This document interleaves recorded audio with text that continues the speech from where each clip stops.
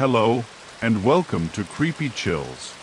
I'm your midnight guide, here to lead you through another shadowed tale beneath the veil of night.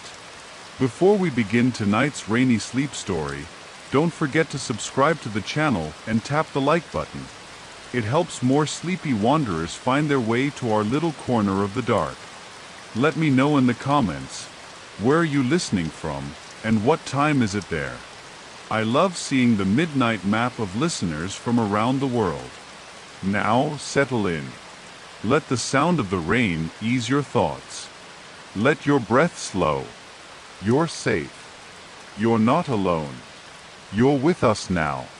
It was just past midnight. Not through verse was just ridiculous. But the more he looked at Mr. Gregory, the stronger the feeling of discomfort settled in. One evening, he couldn't sleep, so Ethan put on his robe and walked outside for a whiff of air. It was a night when the moon was full and its ethereal light bathed the neighborhood. Walking down the driveway, he felt the bracing wind whisper through the trees' leaves and heard the slightest sound of footfalls. He turned. Standing at the end of the street, just beyond the glow of the nearest lamppost, was Mr. Gregory. Ethan stood stock still. The man was changed. His previously old, stooped frame was now towering and muscular, his face unlined and young. His eyes sparkled, far too brightly, as though they were devouring him with a hunger he couldn't understand. "Good evening, Ethan," the voice came, soft yet sharp, like the whisper of a secret being shared in the dead of night. Ethan's heart skipped a beat. "Good evening, Mr. Gregory. You're looking well." "Am I?" Mr. Gregory smiled, the expression stretching his face in a way that felt unnatural. "Thank you, my friend. I've been taking better care of myself lately. It's amazing what a little rejuvenation can do." There was something odd in the manner in which he pronounced the word rejuvenation, something that made Ethan shiver. I should be leaving," Ethan stuttered, but his feet wouldn't budge. Something kept him rooted, something he couldn't define. The older man, or who was presented to be an older man, advanced a little closer, the atmosphere between them chilling, thickening. They wait on deserted roads, beneath the quiet of starlight, where fog moves like slow breathing across the pavement. They wait at the edge of headlights, just beyond grasp, until you blink, and they are there. You might not notice them at first. Just a flash. A shadow in the fog. A gentle glow at the roadside. That was how it was for Thomas Delaney on that still, sleepy night, the sort of night when the world seems suspended, as if all creatures, every tree, every sigh of wind, is holding its breath, waiting for something to occur. He was driving home from a double shift, his truck humming a soft lullaby beneath him. The road stretched out before him like a black ribbon unwinding into nowhere. Around him the world slept. No other vehicles.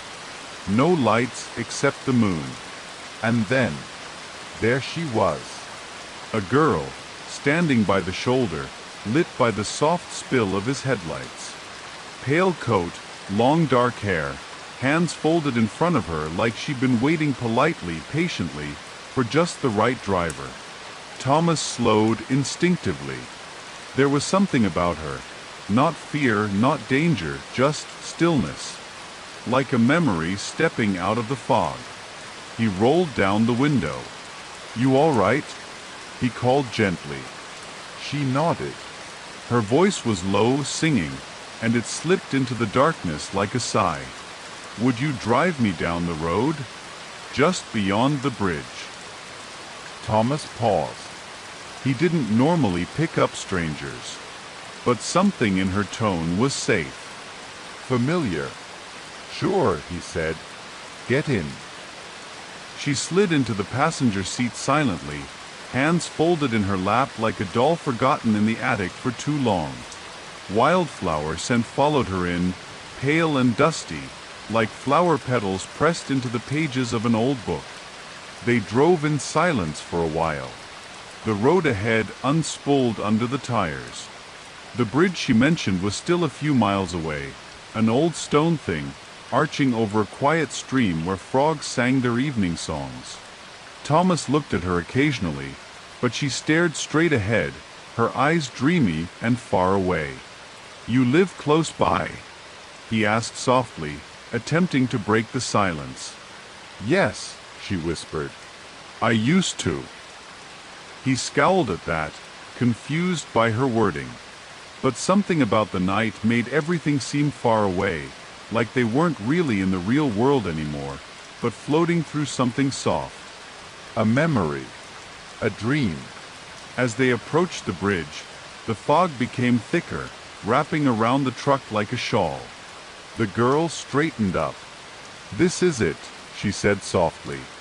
Thomas drifted off to a stop just past the bridge, the truck humming in silence. He reached out to glance at her, but the seat next to him was vacant. Totally vacant. No creak of the door. No whisper of air movement. She was just gone. His heart thudded against his ribs.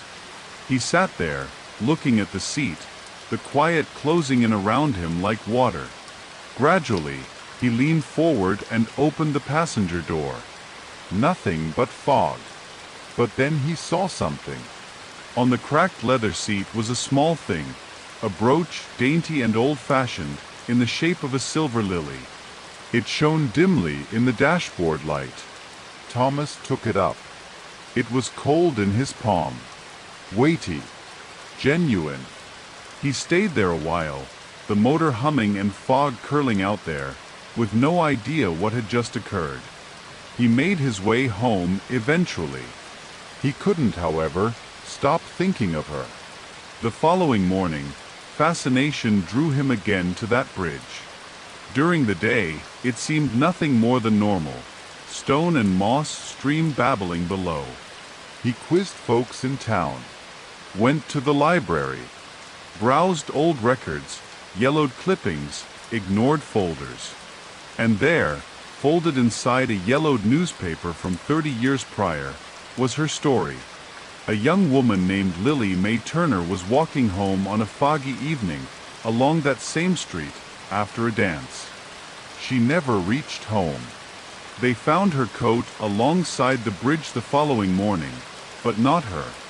She disappeared. They searched for days, weeks, but she was never found. Thomas gazed at the photograph published alongside the article. Gentle eyes, dark, flowing hair, and the exact same brooch fastened at her neckline. He held it in his hand once more that evening, the silver lily reflecting the beam of his kitchen light. It was heavier now. Heavier than metal. It was like memory. "You've noticed, haven't you?" Mr. Gregory whispered, his voice low and full of something dark, something inviting. "You see it now, don't you? The change." Ethan swallowed hard, his throat dry. He couldn't deny it any longer. The man was no longer the person he had known all these years. This was not Mr. Gregory. This was something else. "Why are you doing this?" Ethan managed to find his voice, though it shook. What are you?" Mr. Gregory's smile faltered, his eyes just slightly narrowing. "What I am doesn't matter, Ethan. What matters is the time you've lost. The years you've let go by. Do you ever think about what you could have done with them? The things you could have been?" Ethan felt a chill crawl up his spine, and though his feet were finally free to move, he couldn't tear his gaze away from the man standing before him. You're not human anymore." "Not in the way you believe," Mr. Gregory said, his voice changing, growing more akin to a far-off recollection. "I used to be just like you, once caught up in the same rhythm of time. But time is a gift, Ethan.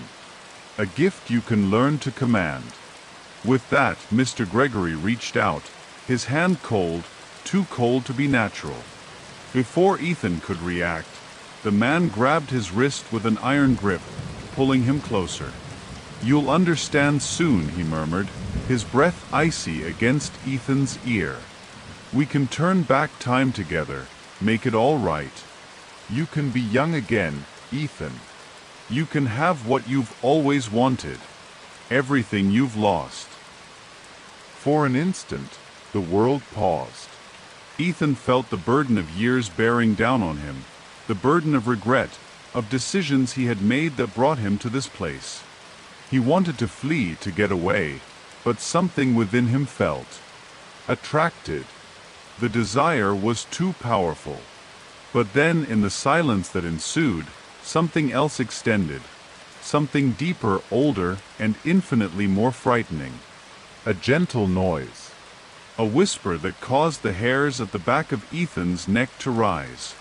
It was the slightest noise, like something moving in the distance.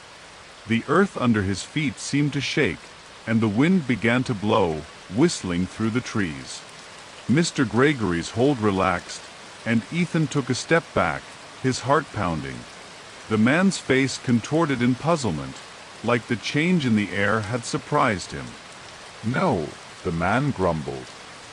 "Not yet." Ethan spun around to run, but as he did, the street behind him shifted, houses elongating and twisting in unnatural ways. The road ahead of him went on and on into a maze, curving interminably, each turn to another, yet none ever nearer to freedom. At his back, he could hear Mr. Gregory's voice, now broken, like a record stuck on repeat, beckoning him into the shadows.